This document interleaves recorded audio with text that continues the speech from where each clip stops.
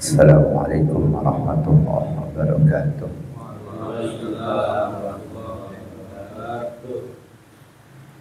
A'udzu billahi minasyaitonir rajim. Bismillahirrahmanirrahim. Alhamdulillahi rabbil alamin. Wa bihi nasta'inu ala umurid dunya waddin. Wassalatu wassalamu ala asyrafil mursalin Sayyidina wa habibina wa syafi'ina wa maulana Muhammadin sallallahu alaihi wasallam wa ala alihi wa sahbihi ajma'in, amma ba'd. Fa inna asdaqal hadisi kitabullahi ta'ala wa khairal hadi hadi sayyidina Muhammadin sallallahu alaihi wasallam wa syarrul umuri muhdatsatuha wa kullu muhdatsatin bid'ah wa kullu bid'atin dhalalah wa kullu dhalalatin finnar. Wa bisanadil muttasili ilal imamil muallifi rahimahullahu ta'ala wa adaman naf'a bihi wa bi'ulumihi fid dharain, amin. Jamaah dan Allah wa iyyakum ajma'in.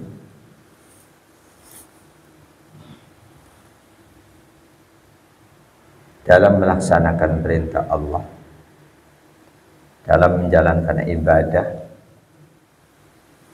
klasifikasi ibadah yang Allah perintahkan kita untuk menjalankannya bukan ibadah sekedar ibadah, melainkan ibadah yang masuk kategori haqqa tuqatih, takwa yang sebenar-benar takwa. Kalau kalimat takwa itu nama lain dari melaksanakan perintah Allah, maka melaksanakan perintah Allah yang diperintahkan adalah dengan pelaksanaan yang sebenar-benarnya. Syarat rukun diperhatikan, kesunahannya, makruhnya dijauhi, lebih-lebih yang membatalkannya, termasuk kekhusyukannya.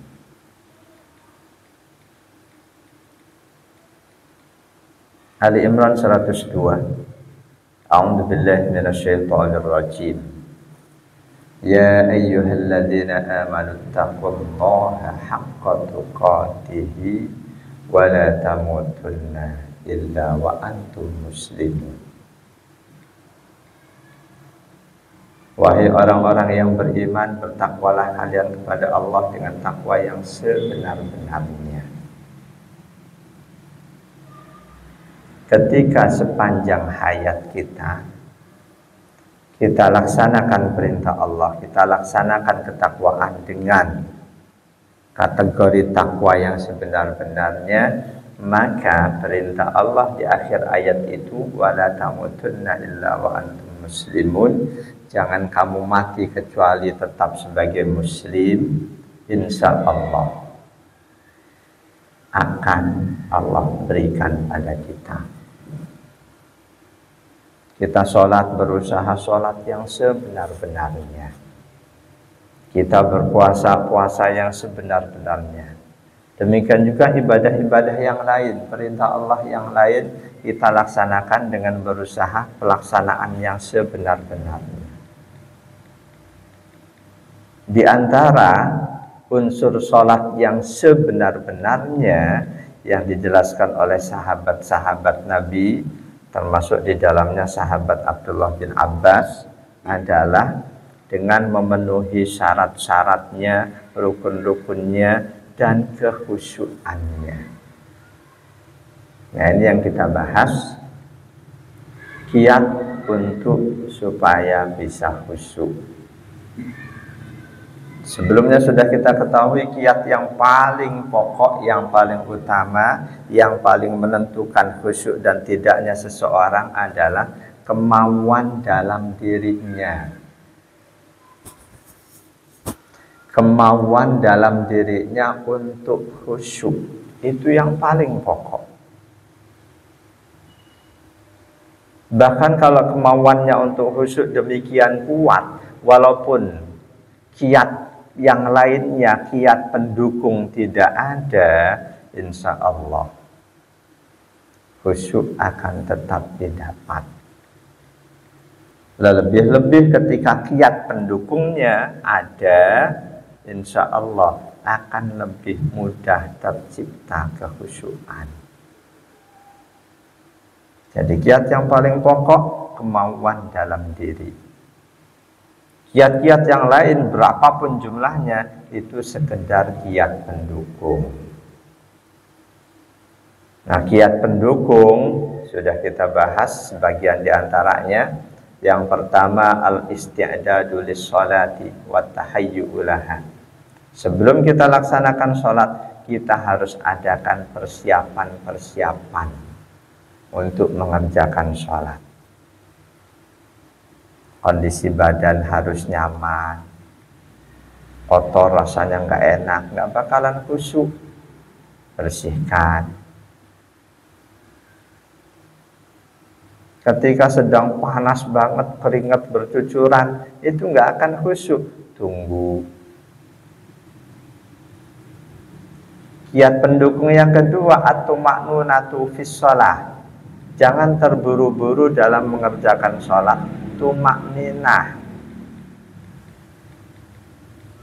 Jangan kita tunda-tunda sholat, begitu ada yang nelpon kita sholat, pasti nggak akan khusyuk, terburu-buru.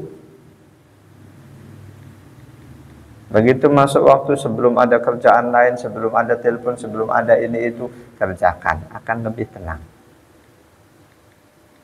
Yang kira-kira akan bisa mengganggu, suara telepon dan lain sebagainya, hilangkan.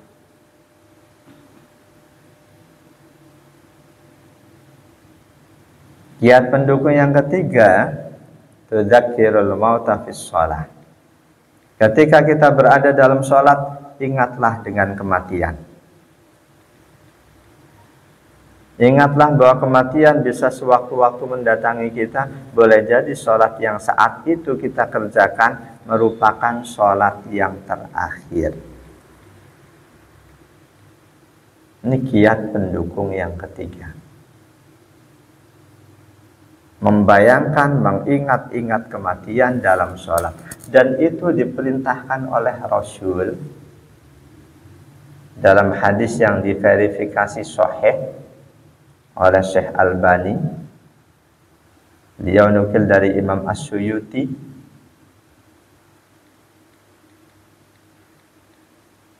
udhkurul mauta fi sholati. Ini sabda Rasul.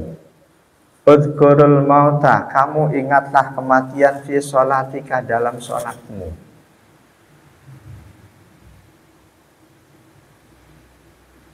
Ingatlah kematian dalam sholatmu. Fa innar rajula idza dzakaral mauta fi sholatihi, sesungguhnya seseorang ketika dalam sholatnya ingat kematian, ingat sewaktu-waktu dia akan mati, lahariyun ayyuhsina sholatahu, pasti dorongan untuk memperbaiki sholatnya akan semakin kuat. Ini jangan-jangan ini sholatku yang terakhir, jangan-jangan begitu salam, bahkan boleh jadi belum sampai salam aku sudah mati, maka sholat ini harus menjadi sholat yang terbaik. Wasalli sholata rajulin la yadunnu annahu yusalli ghairaha. Kerjakanlah sholat seperti sholatnya seseorang yang yakin setelah itu dia tidak akan sholat lagi karena umurnya habis.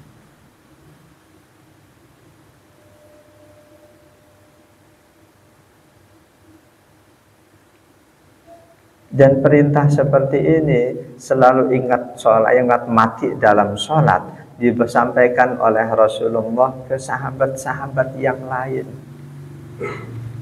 Di antaranya sahabat Abi Ayyub Al-Ansari. Rasul kasih nasihat itu, idza qumta fi sholatika fasalli sholata muwaddi'in. Jika kamu ngerjain sholat, kerjakanlah sholatmu seperti sholat orang yang paling terakhir sholat, yang setelah itu nggak akan sholat lagi, dia mati.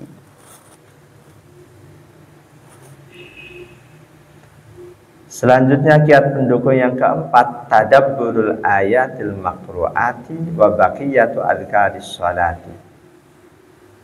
Selalu merenungkan, menghayati ayat-ayat yang dibaca dan juga bacaan-bacaan sholat lainnya, zikir.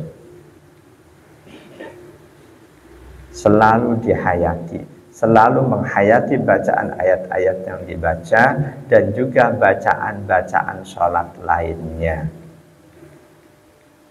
Itu bisa membantu kekhusyuan kita.